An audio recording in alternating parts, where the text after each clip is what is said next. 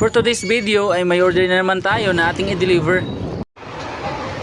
Magandang araw mga idol. Ngayon ay may ipack na naman tayo na order sa ating Azola bound to Tabunok at Asturias at Bajan.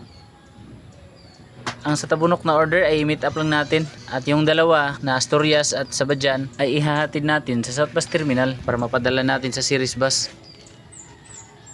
Para sa mga gusto mag-order sa ating Azola, mag-message lang kayo mga idol para maipadala natin sa ating next schedule.